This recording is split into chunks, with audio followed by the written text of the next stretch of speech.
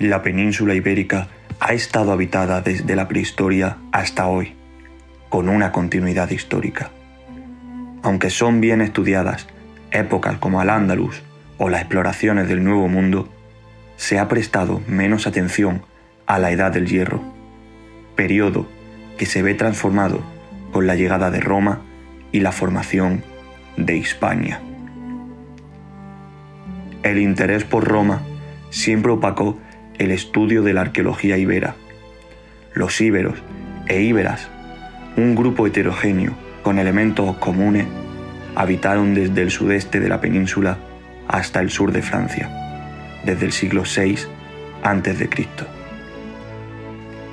Se establecieron a lo largo de ríos como el Ebro, el Júcar, el Segura y el Guadalquivir, y mantuvieron contacto con otros pueblos como fenicios y griegos. Finalmente, su papel en la historia se fue diluyendo tras siglos de sometimiento por Roma.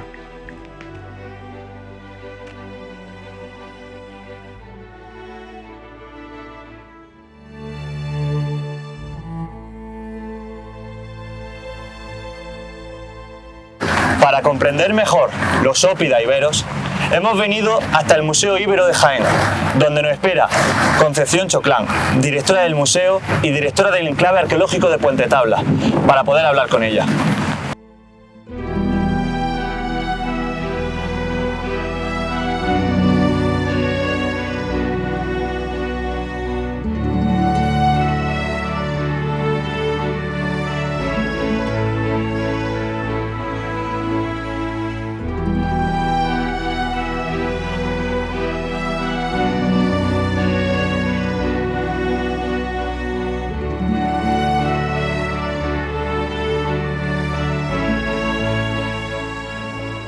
Muy buenas, Concha. Bueno, bienvenido al museo. Muchas gracias de poder estar aquí, agradecido, y poder contar este tiempo tan maravilloso contigo. Encantada de recibirte.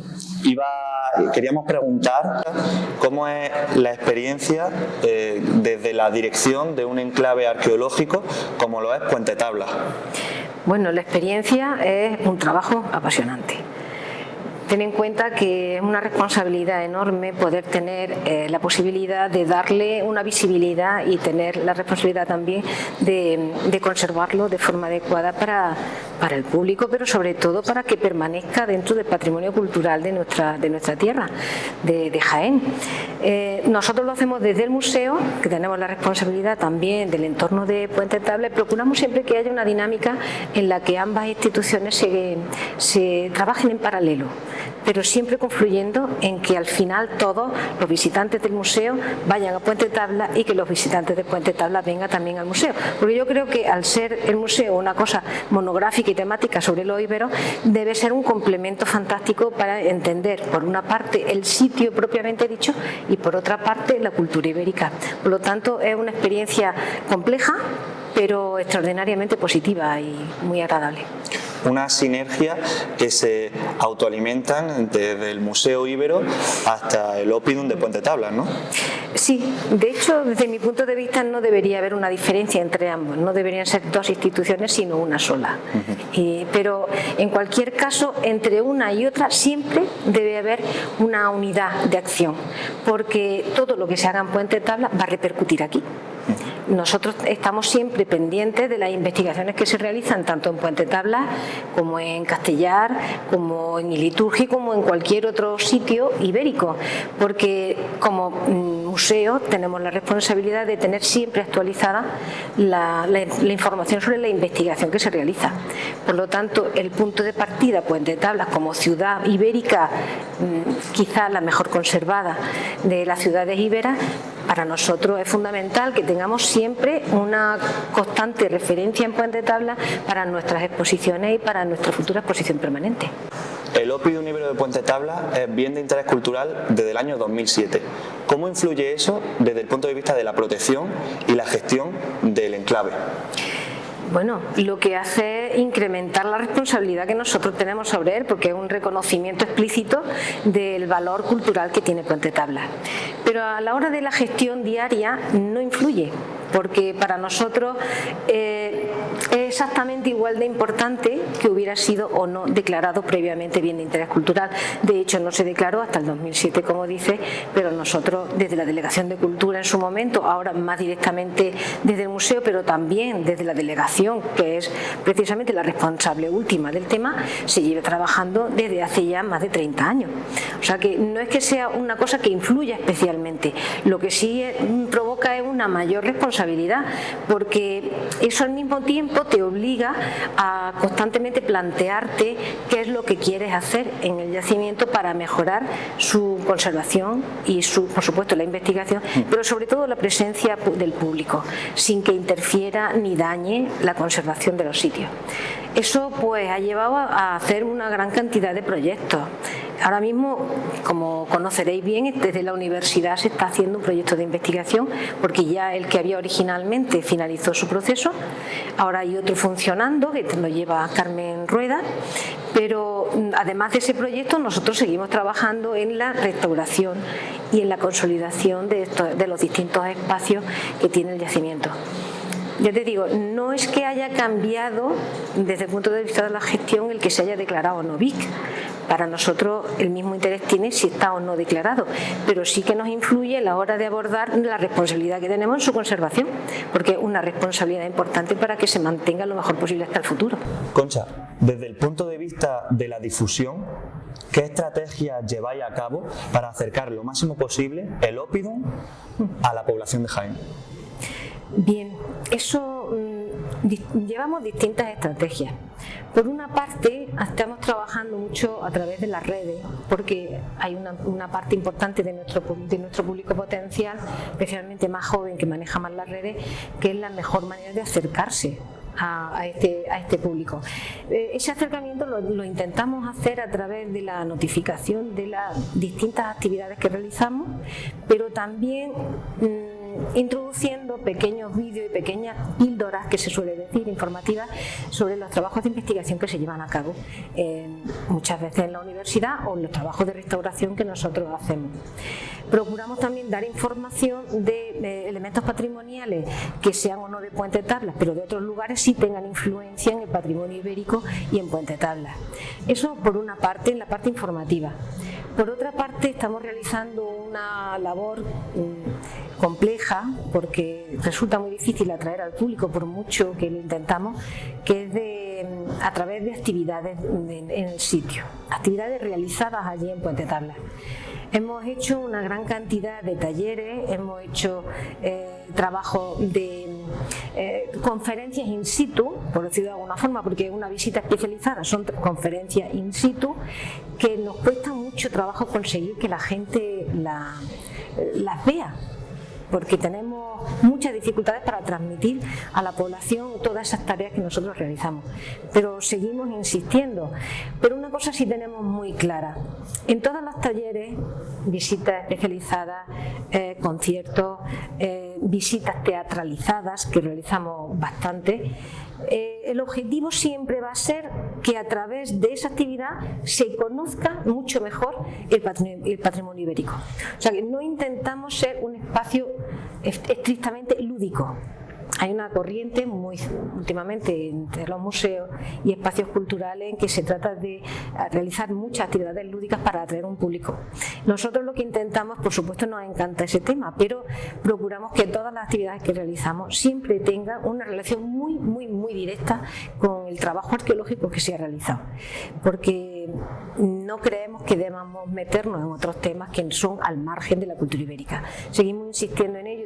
Invito a la gente que participe en esas visitas teatralizadas que hacemos, en las que reflexionamos mucho sobre el momento en el que la invasión de época romana se está empezando a producir, cómo se establecería la relación entre romanos, cartagineses, cómo era la población que habitualmente vivía en la zona y cómo se enfrentan a esas situaciones, ¿no? De forma divertida, muy amena. Pero como te digo, esas estrategias de comunicación y didácticas que llevamos, lo que nunca olvidamos es ese horizonte de dar a conocer la investigación y el progreso en el conocimiento sobre la cultura ibérica, y en concreto de Puente Tablas. Sin duda alguna son unas estrategias llevadas a cabo muy buenas y muy enriquecedoras para toda la población de Jaén. Muchas gracias, Concha, por atendernos aquí en el museo y por mostrarnos todo este tiempo. Pues muchísimas gracias a vosotros.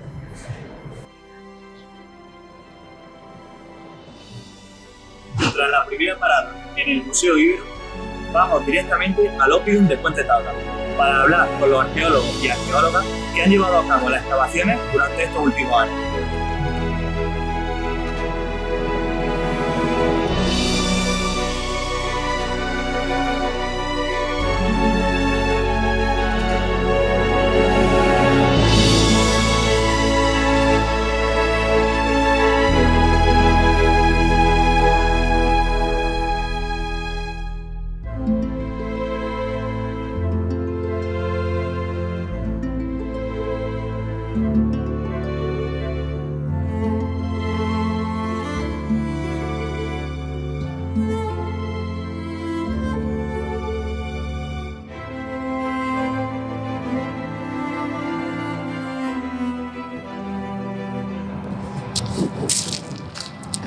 Muy buenas, Manolo.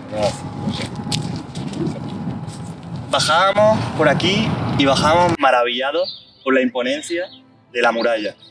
¿Nos podría hablar un poco de ella? Lo que de la muralla es que es el elemento más simbólico y más monumental del asentamiento. En ella además se encierra todo lo que era la secuencia del asentamiento de la época preibérica. No existía nunca la muralla, a su construcción a mitad del siglo VII y todo el desarrollo de la época ibérica antigua, ibérica griega, la época tardía, cuando durante la Segunda Guerra Púnica el sitio fue asediado por Ibero y la profesión. Vamos a hablar ahora de un concepto clave en este contexto, que es el Oppidum y la relación que tiene con el territorio. El Oppidum es el principal modelo de asentamiento ibérico. Es una ciudad, pero no una ciudad clásica, no es una polis, no es un tipo de ciudad antiguo, es una ciudad aristocrática. Una ciudad aristocrática donde príncipe y cliente, el sistema pontificio, participan de un espacio común, que es el espacio urbanizado. Así algo de cine Oppidum es, en general, y en general en el conjunto de la ópida, es su alta nivel de urbanización, su realismo, que no es ni más ni menos que la expresión del pensamiento aristocrático. Aquí tener en cuenta que toda la gente que vive en Oppidum son príncipes. No hay otro tipo de elemento social, de grupo social, que puede existir algún tipo de gente que haga comercio y otro tipo de actividades, pero eso no están vinculados con el Oppidum de manera directa. El Oppidum vive en príncipe y cliente, que al fin y al cabo son parientes del príncipe, porque el sistema pontificio se basa en esa especial forma de parentesco, que es un parentesco ficticio, que significa la inscripción de la clientela, porque los vecinos se someten a la autoridad del príncipe y pasan incluso seguramente a gozar de su gentilicio, del propio nombre del príncipe, porque es una forma de incorporación a un grupo familiar que realmente lo que hace es convertirlo en siervo, pero aparentemente el conjunto de la estructura interna del Oppidum es una estructura que se basa en el parentesco normalmente fundamental. Sobre todo destaca la organización interior, que es muy, y en caso de Puente Tabla es excepcional, porque se hace a partir de parámetros que utilizan la astronomía y la geometría, en el sentido de decir que los iberos tienen un altísimo conocimiento de esas dos materias, y entonces a partir de esos parámetros pues consiguen crear un urbanismo muy rígido, muy bien estructurado, muy bien definido, con calles paralelas, con viviendas que responden a una tipología métrica indudable, muy rigurosa además, mientras que el espacio aristocrático pues, se separa, se segrega de esa idea de urbanicismo y un poco, el príncipe un poco digamos que va a su bola, podríamos decir coloquialmente, pero el resto del asentamiento se queda perfectamente estructurado y organizado. Es una prueba de que el mundo ibérico fue una alta cultura mediterránea. Mediterráneo, un elemento muy claro, porque sorprende un poco y extraño cuando se ve el urbanismo especialmente de otro origen, pero sorprende lo arreglado. En algún momento parece que sería un urbanismo casi ortogonal, no lo es, pero recuerda esas formas de urbanismo tan desarrolladas del Mediterráneo antiguo. ¿Y se puede ampliar algo sobre el entorno, el paisaje? La ocupación del ópido ibérico es un producto capilar, es decir, la tendencia es ocupar todo el territorio verdaderamente productivo. La sierra le interesa menos, pero las campiñas y los valles prácticamente lo ocupan en el manteniendo un modelo de ocupación que da la impresión de que cada ópido pretende alejarse del siguiente lo más posible. Es una especie de retícula en torno a los 7-8 kilómetros de distancia entre un ópido y otro, pero es un momento en el que está pensado en una agricultura cerealista. Cereal es el elemento clave de la economía del mundo ibérico, en general del mundo antiguo. Y lógicamente de las mejores tierras, como este magnífico valle que tenemos aquí del río Guadalquivir, entre Jaén y Puerto Tabla, pues era un deseo de poseerlo enorme, porque es una tierra especialmente rica. El desarrollo agrícola del mundo ibérico fue especialmente importante y también la ganadería y otras actividades económicas. El tema del desarrollo agrícola fue especialmente espectacular. La vid, los cereales, la leguminosa, muchas frutas. Fue una agricultura rica y una agricultura que se enriquecería mucho más posteriormente con el islámico, fundamentalmente, incluso de Roma, pero fue una agricultura realmente potente y que fue la base sobre la que se construyó la sociedad del príncipe que tantos siglos de historia permitió prácticamente que la época ibérica en la época de la Revolución de España. Eso posiblemente casi nadie lo sepa. Pero, es algo muy curioso. Desde el siglo VII hasta el cambio de era, hay iberos con lo cual realmente estamos hablando de más de 7 siglos de pervivencia de las formas culturales ibéricas, aunque en la última etapa fuera ya bajo el dominio de Roma, pero es una de las etapas más espléndidas de la historia del país. En la península ibérica, en la protohistoria, el mapa se distribuye dependiendo de territorios, de grupos, como son los contestanos, los bastetanos, los oretanos. En esos grupos, ¿dónde se encaja Puente Tabla? Bueno, realmente esos grupos que tú acabas de citar fueron muy cambiantes a lo largo de la historia. Es decir, que ahora de hablar de los diferentes grupos ibéricos hay que hablar y de los propios territorios ibéricos hay que hablar de las diferentes fases, porque el mundo ibérico fue cambiante, cambió a lo largo del tiempo. Pero bueno, en el caso de Puente Tabla, las últimas investigaciones parece que hay que ascribirlo a la etnia de los mentesanos, los mentesani que citaba Plinio, y que bueno, pues fue una entidad muy importante, una parte muy importante de la provincia de Jaén, pues, seguramente desde Marto hasta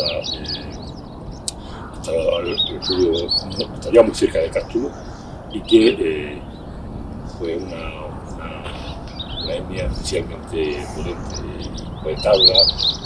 No sabemos, en el caso de Jaén, no es más desconocido, posible también, que Jaén y Benares tuvieron discrepancias importantes, peleándose entre ellos seguramente en diferentes ocasiones, pero bueno, básicamente se podría decir que por lo menos en la época más antigua del mundo ibérico, en el tiempo de Tabla, sabemos que los mentesanos como elemento étnico fundamental de la población. Bueno, Manolo, parece que entramos dentro y nos sigue hablando. Perfectamente.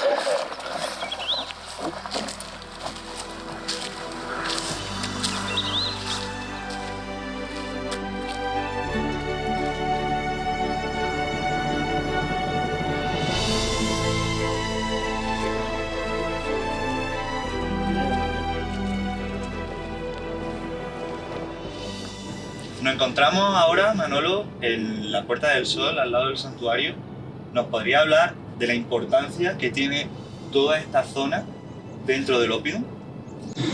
Mira, efectivamente está en la Puerta del Sol, que se llama así, o le pusimos ese nombre, en su momento Arturo y yo, porque es una puerta cargada de simbolismo y de ritualidad. No es una puerta económica, una puerta que sirviera principalmente para el tránsito de mercancía, pudo ser utilizada para eso, pero no es su función principal. Desde el suelo, con ese color rojo que tiene, que es una reproducción del que tenía originalmente, que ya en sí mismo es un elemento de alta ritualidad litúrgica. El altar que tenemos en el centro del corredor, que es realmente un altar sacrificial, y la piedra de abajo es la tapa de un potros. El potros es un altar subterráneo donde encontramos mandíbulas de cerdas preñadas con una orientación perfecta hacia el este, ¿no? Aquí sí que esta puerta se abre en el segundo cuarto del siglo V de nuestra era. Aquí detrás, debajo, había otra puerta más antigua, del siglo VII. Y cuando se abre esta puerta se hace con un conocimiento astronómico excepcional. Se hace en perfecta alineación con el este, como cortándola con un cuchillo, la antigua fortificación, para alinearla perfectamente hacia el este. Y todos los elementos que la integran, hay numerosos hitos, las propias esquinas del bastión, por eso parece que es un bastión un poco asimétrico. No es asimétrico porque fuera una arquitectura deficiente, sino que lo hicieron asimétrico para que de alguna manera fuera una especie de reloj. Cada esquina ocupa en la arquitectura exactamente el lugar que le corresponde, con los astros, con la estrella, especialmente con Sirio, el Sirio, con el Sol, y con una serie de accidentes topográficos que tenemos tanto en el horizonte cercano como en el horizonte lejano, que constituyen toda una relación estrecha entre naturaleza y obra humana, construcción humana, de tal manera que los iberos y la ibera integraron en la naturaleza construida, que era el Oppidum, integraron la propia naturaleza pristina, la naturaleza del exterior. La integraron, aparte de símbolos, de elementos, de hornacinas, pequeñas piletas que tienen claramente una función ritual, la propia orientación, de tal manera que la naturaleza lejana quedaba incorporada en el Oppidum. Por eso tiene esa forma tan especial y por eso tiene tanta importancia esta puerta, ¿no? Porque nos permite contar, pues, junto con otros elementos que os contaré, nos permite contar posiblemente el que es el primer mito ibérico bien construido y bien conocido, de los que tenemos constancia en la investigación arqueológica de toda la área ibérica.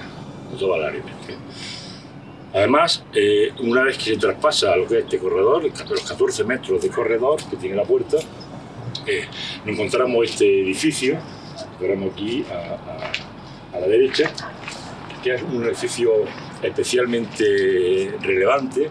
Es un santuario que pensamos está dedicado a una divinidad femenina, cuyo nombre desconocemos, pero bueno, que podía tener unos rasgos similares a los que tenía esa que sí conocemos el nombre, que apareció cerca en la talayuela de Fuerte del Rey, del hombre Betatum, una diosa oracular, que posiblemente tenía una característica parecida, posiblemente, ¿no? Aunque tampoco es una cosa que tengamos muy claramente, que podamos saber con seguridad, ¿no? Este santuario está estructurado en 3 terrazas. Es un santuario que se caracteriza por tener una doble cela de culto, posiblemente o bien porque hubiese, al principio pensamos la posibilidad de 2 divinidades, posiblemente fueran 2 vocaciones diferentes de la misma divinidad, una divinidad femenina, que es esta que tenemos aquí, de la reproducción, la copia, la original está en el museo, que es la imagen de una divinidad que está situada de tal manera que cuando llega el equinoccio de primavera, también de otoño, pero creemos que el de primavera es el elemento central de los cultos, por su propia posición, por la arquitectura general que la envuelve, pues se produce un fenómeno que es mágico, que ya lo tenéis grabado vosotros, que es un fenómeno absolutamente espectacular, de luz, un espectáculo en el que la diosa parece como encenderse. No es ni más ni menos que la relación que se produce entre el sol y la diosa, una especie de acto de hierogamia, de matrimonio sagrado, cargado de sexualidad, en la que el sol, digamos, de alguna manera ilumina a la diosa. De hecho, una investigadora italiana, Conchita Masseria, nos decía que su opinión era que la figura de la diosa, aunque sea una figura esquemática, muy poco elaborada, la impresión que a ella le causaba era que parecía como si estuviese levantando la falda. Es decir, levantándose la falda, ofreciéndose al sol. Es un acto cargado de ritualidad y de sexualidad. Creemos que esta imagen es la imagen titular del santuario. Seguramente por esa puerta-ventana que tenemos ahí, que es el hábito de la parte del templo del santuario, creemos que la imagen entraría y saldría en diferentes épocas del año para la celebración de los cultos litúrgicos que tuvieron que tener especialmente importancia, especialmente la primavera, creemos, ¿no? Vemos que ahí en la primavera pudo dar hasta un festival litúrgico de notable trascendencia en la vida de López, ¿no? Bien,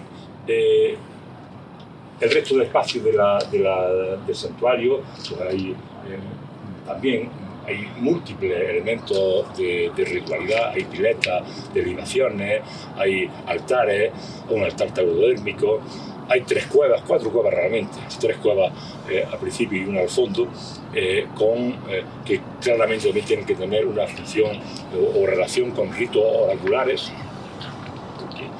Ahí tiene una forma de oreja, otra forma de ojo y otra tiene forma de cuadrado, que podría ser donde se prestara la sorte para lo que es el rito oracular.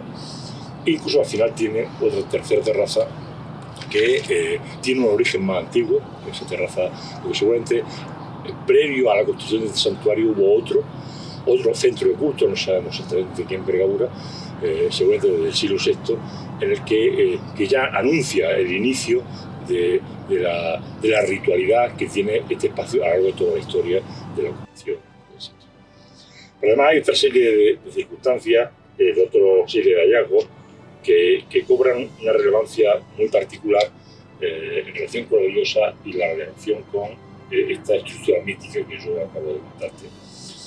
Justo detrás de la imagen apareció un pequeño prisma, pequeñísimo, tiene 7 centímetros de alto, 4,5 de cada uno de los lados, el que se cuenta una historia complejísima, una historia verdaderamente asombrosa. En una de las caras aparece dos imágenes diferentes. En una aparece un nombre escrito en ibérico meridional, que según los autores se podría leer como Nokaki o como Okaji. Ahí tendríamos una discrepancia entre Luján por un lado, que estudió, Correa y Ferrer por otro, que son ejemplos de esa instrucción. Hay símbolos de la escritura ibérica en la que los investigadores no se ponen de acuerdo. Hay discrepancia y diferencias. Pero yo me gusta la idea esta de Okaji, porque en otra de las caras aparece la palabra Okaji. Con lo cual podemos tener que Okaji fuera el nombre de López y Ocaji el nombre del héroe fundador. Encima de esa imagen del nombre aparece una escena de hierogamia, que de alguna manera reproduce la que tenemos aquí, pero escrita en el primo, escrita, dibujada en el primo. En otra de las caras tenemos una imagen de un gallo, arriba tenemos el nombre de Ocán, y después aparece un gallo. El gallo es el animal que nos despierta por la mañana, nos despertaba cuando la gente vivía en el campo. Anuncia el alba y es, en la mitología antigua, es un animal que representa a la resurrección. Es la resurrección del día, pero también es la resurrección del inframundo, de la resurrección de los muertos, ¿no? Y entonces es muy significativo que esa figura aparezca en el prisma, ¿no?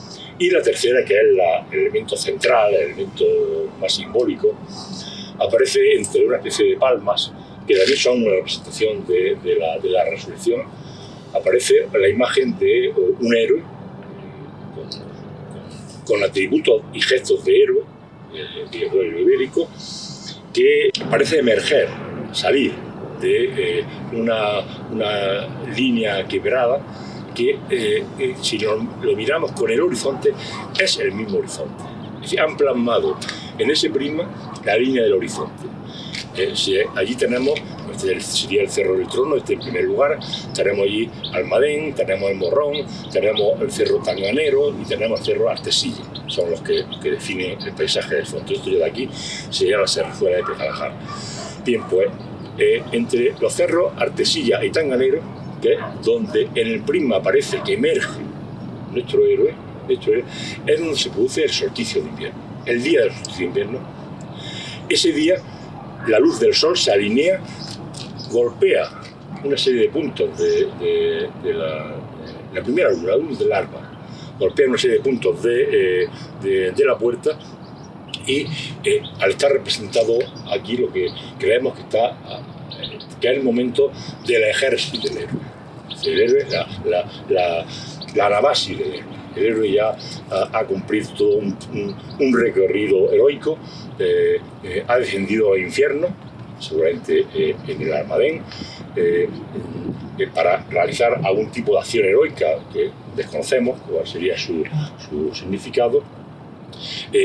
Abajo del cielo resucita en el solsticio de invierno e inicia un camino que es el camino de regreso del sol desde el sur hacia el norte hasta que llega al Cerro del Trono.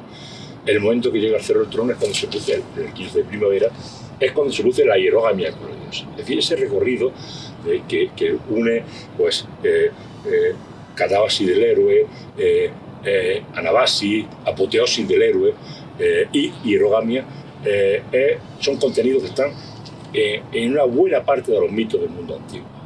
Por ejemplo, el mito de Eneas, que es uno de los mitos más completos que conocemos de muchos, el de Amal y otros muchos mitos, ¿no? Pero el de Eneas, que a mí me parece especialmente, que tiene unos paralelismos importantes con el tema de Nokagi o Kan, según lo que lo interpretáramos, pues después de la guerra de Troya, Eneas sale con su padre de Troya, salen huyendo, porque los dioses le permiten. Eneas es hijo de un dios, Eneas es hijo de Afrodita. Afrodita seduce a su padre, y entonces la hija de Eneas, ¿no?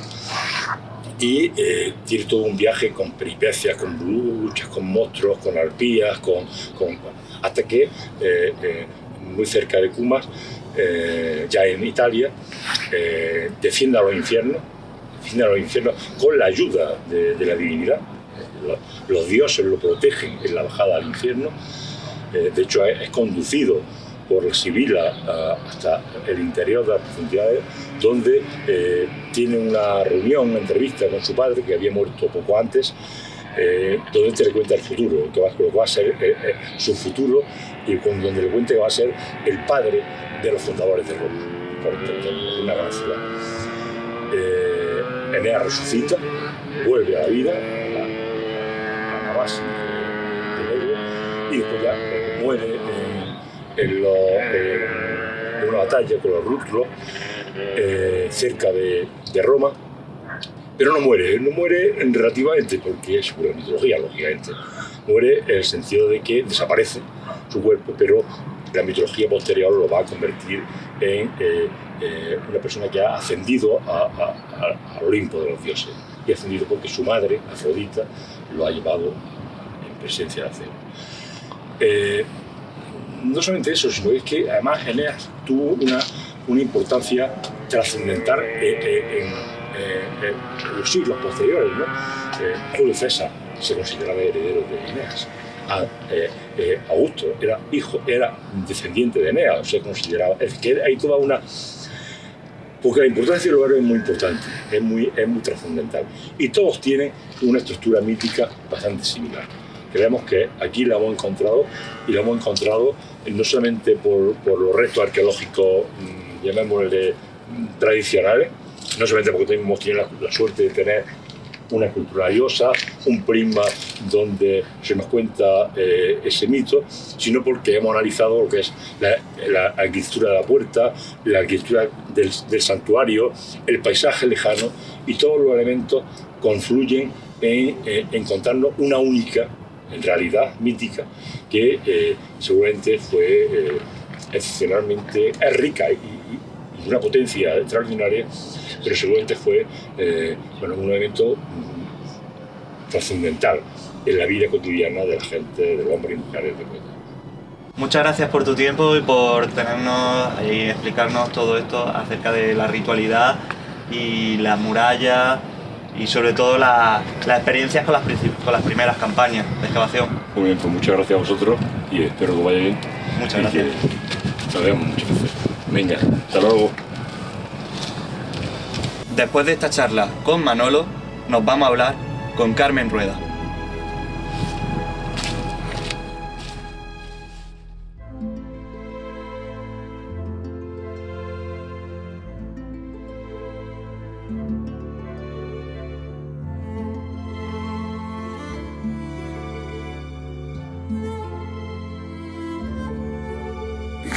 Muy buenas, Carmen. Hola, Sergio, ¿cómo estás? Bueno, explícanos dónde estamos. Pues nos encontramos en el área palacial de Puente Tablas, que es una zona bastante compleja porque se compone de distintos edificios, aunque conocemos solo parcialmente esta zona. Es cierto que desde los años 70 ya se intuía a través de las excavaciones que se hicieron en esos momentos algunas áreas relevantes en este extremo de la meseta, pero no fue hasta el 2011 cuando hicimos una excavación más sistemática desde la Universidad de Jaén, desde el Instituto de Arqueología Ibérica, y vimos realmente la complejidad del sitio. Excavamos completamente este edificio que definimos en ese momento como edificio A, que es un espacio residencial, también parte de un edificio que está a la espalda, al otro lado de una calle que tenemos en la zona y que llamamos edificio B, que sabemos muy poco porque se encontraba muy afectado por los restos de la ocupación emiral, fundamentalmente. Y luego un tercer edificio muy sencillo al norte del que vemos aquí, y que hemos interpretado como una zona, una cuadra, un área posiblemente para el ganado. Sin duda, de gran interés este edificio, el edificio principal, el edificio residencial, del que tenemos niveles desde época antigua. Por ejemplo, tenemos documentado para el siglo VI una zona de lagar, de producción de vino, fundamentalmente a partir de mitad del siglo V, cuando se hace una zona compleja, con estancias diversas, que se caracteriza por definir un área de residencia, de habitación, con una pequeña capilla ritual, y luego hacia el siglo III se extiende hacia esta zona que vemos por aquí, con la construcción de estas naves paralelas, que es un área de servicio al palacio, con una infraestructura muy interesante relacionada con el trabajo, la producción en torno al cereal, con un gran horno doméstico que sin duda se define como una estructura importante para este momento. Las últimas investigaciones que hemos hecho en torno a este área, una prospección con georradar 3D marcada en el último proyecto de investigación activo, que nos indica algunos aspectos muy interesantes que resumen fundamentalmente la presencia de estructuras realmente excepcionales al norte del edificio A, que no están excavadas hasta el momento, y sobre todo la constatación de que se trata de una zona que no está densamente ocupada si lo comparamos con la zona central del Oppidum y con el área del caserío. Bueno, Carmen, vamos ahora a la zona central de la meseta a hablar un poco de las casas.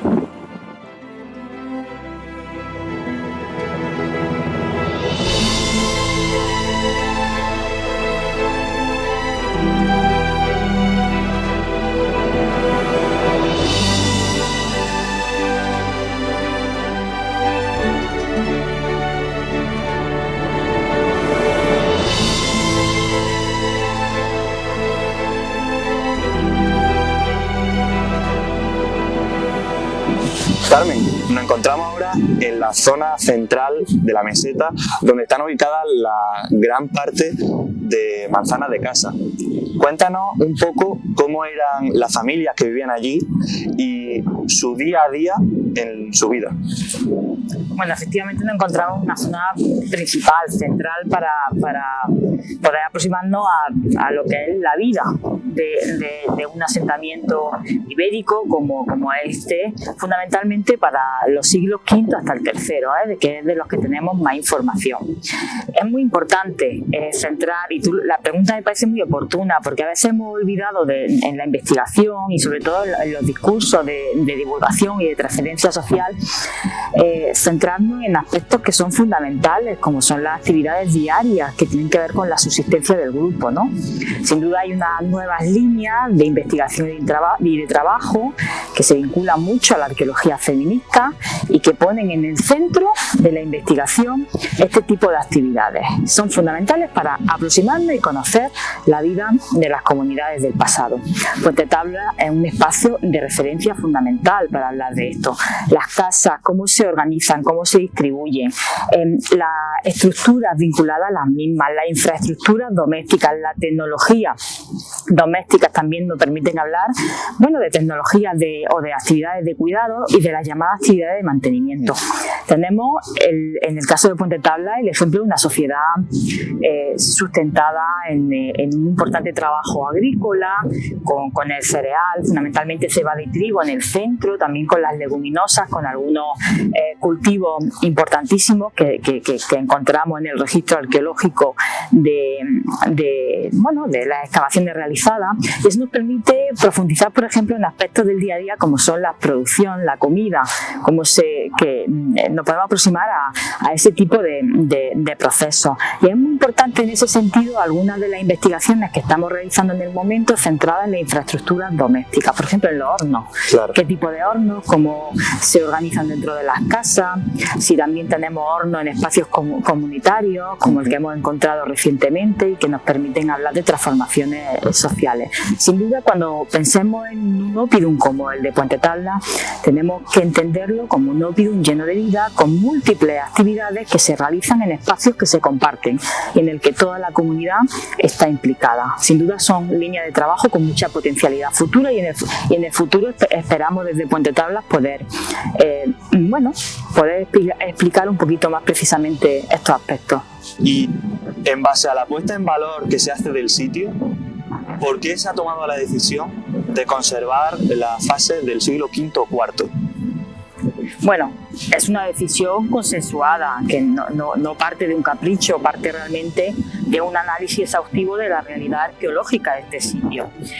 ¿Y por qué? Porque, como sabéis, nos encontramos ante un sitio arqueológico, una ciudad que tiene una secuencia muy dilatada, que culmina en el siglo III, que luego se abandona y que se reocupa en el siglo IX-X, después de nuestra era. Eso condiciona mucho el registro tal y como nos lo encontramos. Y nos encontramos con limitaciones de documentación de las fases más recientes, pero también con limitaciones de documentación de las fases más antiguas. Respecto a estas últimas, a las fases más antiguas, para poder tener una imagen completa de lo que sucede en el siglo VI, por ejemplo, aquí en Puente Tabla, hace falta desmontar distintos momentos de esa decisión. Son decisiones muy complejas.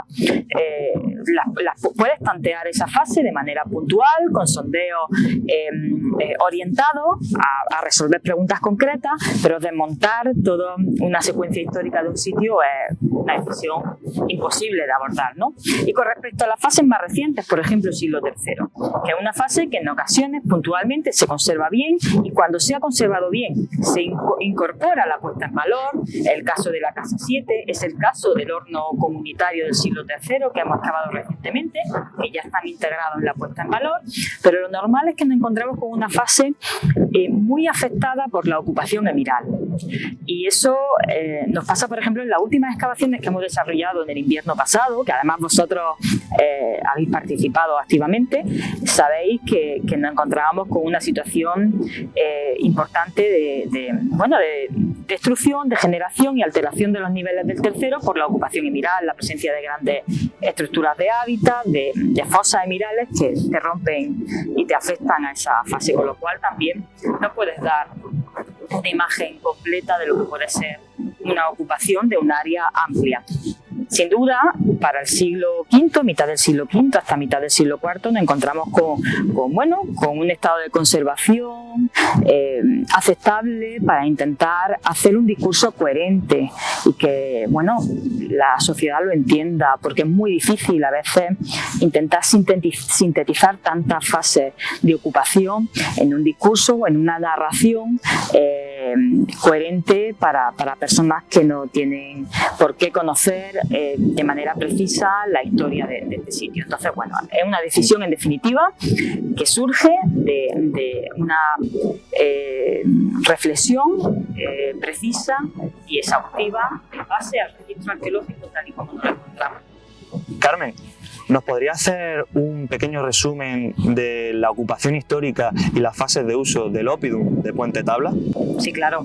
Como sabéis, se trata de una historia compleja y muy dilatada, y además con distintas fases, con abandono intermedio, con momentos ligados a conflicto, lo cual genera un espacio muy interesante y pedagógico para explicar que la historia nunca es lineal, ¿no? Y homogénea. Las fases más antiguas, documentadas en la meseta y en el entorno a la meseta, corresponden al bronce final. Además, se ha documentado un proceso muy interesante que se constató en las intervenciones en los años 80, dirigidas por Arturo Ruiz y por Manuel Molino, que es lo que se define como sinecismo aldeano, concentración aldeana, que es el paso previo a los procesos de nucleación, ¿no? De concentración poblacional en torno a la meseta. La fase ibérica la tenemos bien constatada, por ejemplo, en la fortificación, las fases más antiguas, quiero decir, que es un fósil guía interesantísimo para ver toda la historia ibérica de Puente Tabla, ¿no? Con niveles que se remontan al siglo VII y que definen el momento de fortificación de la meseta. Desde ese momento hasta mitad del siglo IV tenemos un proceso de continuación sin interrupciones, pero a mediados del siglo IV se produce un abandono intencional de la meseta, que por algunos trabajos realizados fundamentalmente en las intervenciones de los años 80 y 90, creemos que se debió este abandono a una crisis económica importante, una crisis agrícola.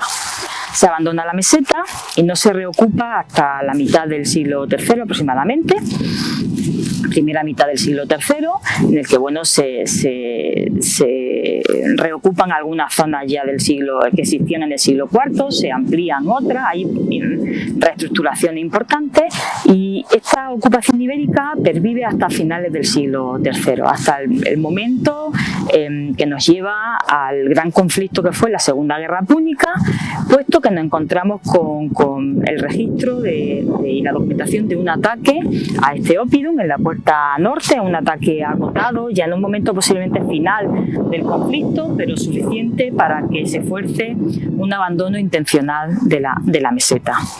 Una meseta que no se reocupa en época romana y que no será hasta el siglo IX-X, después de nuestra era, cuando volvamos a ver una ocupación, en este caso enmarcada en una fase emiral califal, que también tiene niveles de gran interés, con registros contextuales y materiales interesantísimos, por ejemplo, para contrastar con otras áreas cercanas como Marroquíes Bajos. En definitiva, una larga secuencia histórica que nos permite profundizar también a nivel de microfase en la dinámica interna de una ciudad ibérica de estos momentos.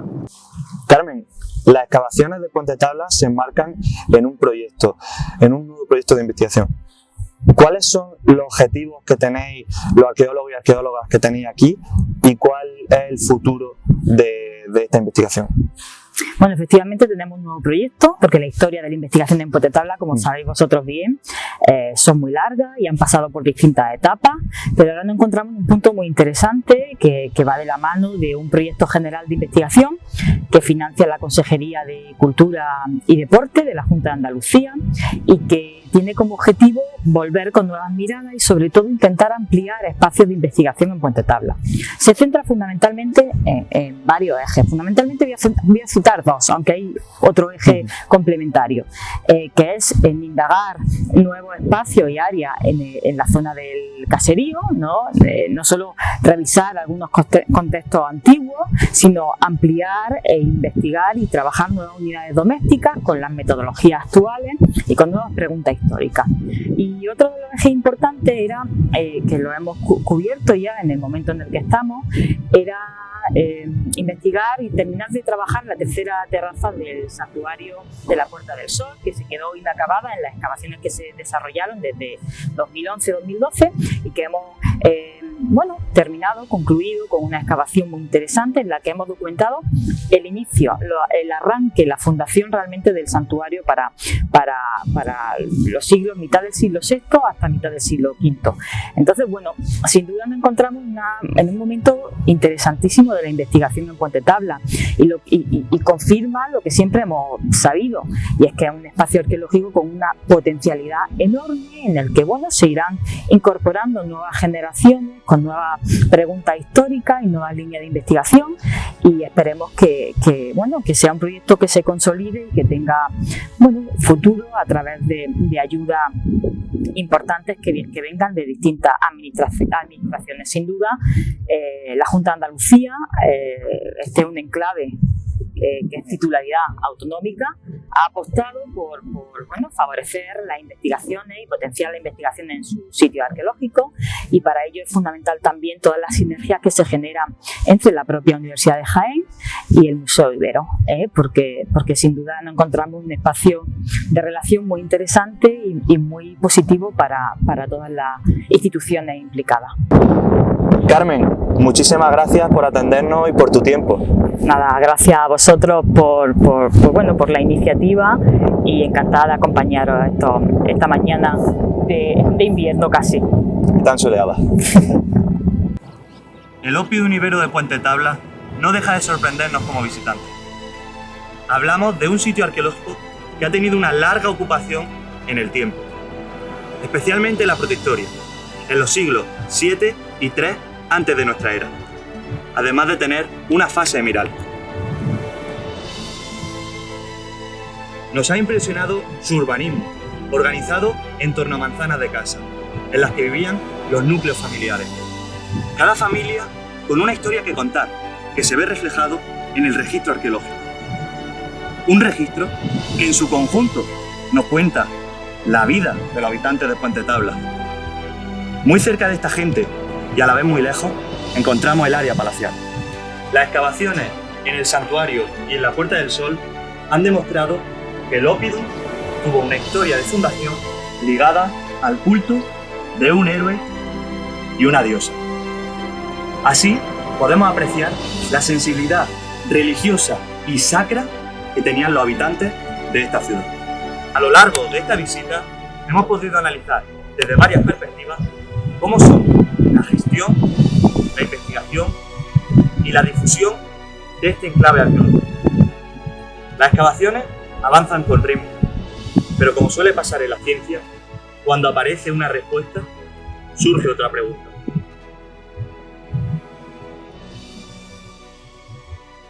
¿Con qué nos sorprenderá en el futuro el Oppidum de Puente Tabla?